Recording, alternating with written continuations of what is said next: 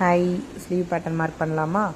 இது பார்த்திங்கன்னா ஆக்சுவல் வந்து அவங்களுக்கு 9 வந்து ஸ்லீவோட ஸ்லீவ் லென்த்து 1/2 இன்ச்சஸ் மேலேயும் கீழேயும் 1/2 இன்ச்சஸ்.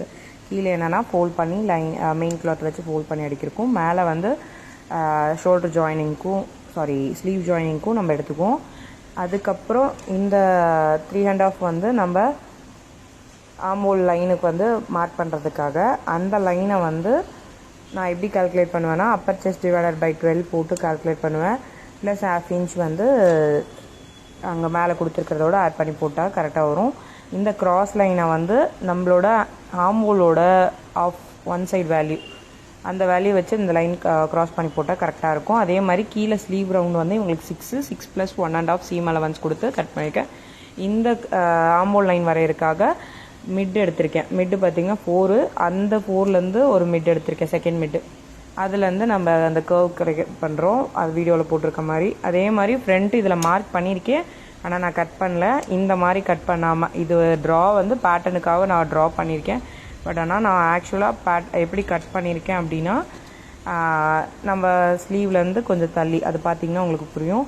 இப்போது ஓவராலாக நான் அந்த கர்வை வந்து கட் பண்ணி எடுத்துக்கிறேன். பேக்கை மட்டும் கட் பண்ணுறேன், ஃப்ரண்ட்டு கட் பண்ணல. ஃப்ரண்ட்டை மட்டும் இப்போ செகண்ட் வேரியேஷனில் நான் கட் பண்ணுறேன், பார்த்துக்கோங்க.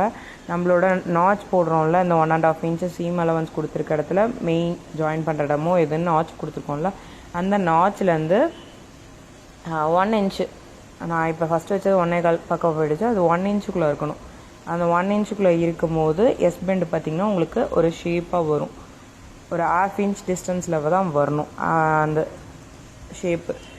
அந்த இடத்துல இந்த மாதிரி வச்சு இந்த ஷேப் எடுத்திங்கன்னா இன்னும் பர்ஃபெக்டாக வரும். நம்ம மார்க் பண்ணும்போது தப்பு வந்தால் கூட இந்த இதில் வந்து எஸ் பெண்ட் கரெக்டாக வரும். அதுக்கப்புறம் சென்டர் நாச் கொடுத்து கம்ப்ளீட் பண்ணிக்கலாம். இது மாதிரி ட்ரை பண்ணி பாருங்கள். இதில் ஸ்கேலப் கேட்டுருந்தாங்க. நான் ஸ்கேலப் எப்படி பேட்டர்ன் இதில் நான் பண்ணுறேன், ஸ்கேலப் ஸ்கேல் இல்லாமல் ஸ்டென்சில் இல்லாமல் நான் பண்ணுறதுக்கு எப்படி பண்ணுறேன்னு தான் போட்டிருந்தேன்.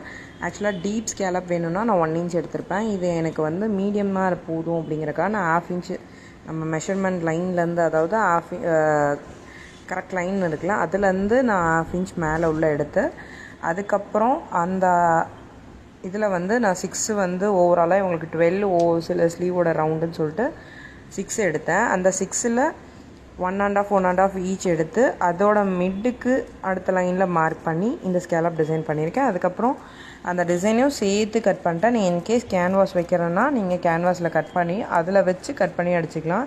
நான் ஜஸ்ட்டு ஒரு ரெஃபரன்ஸுக்கு இப்படியும் கட் பண்ணலாங்கிறக்காக தான் நான் கேன்வாஸ் பண்ணி அடித்து தான் திருப்புவேன்.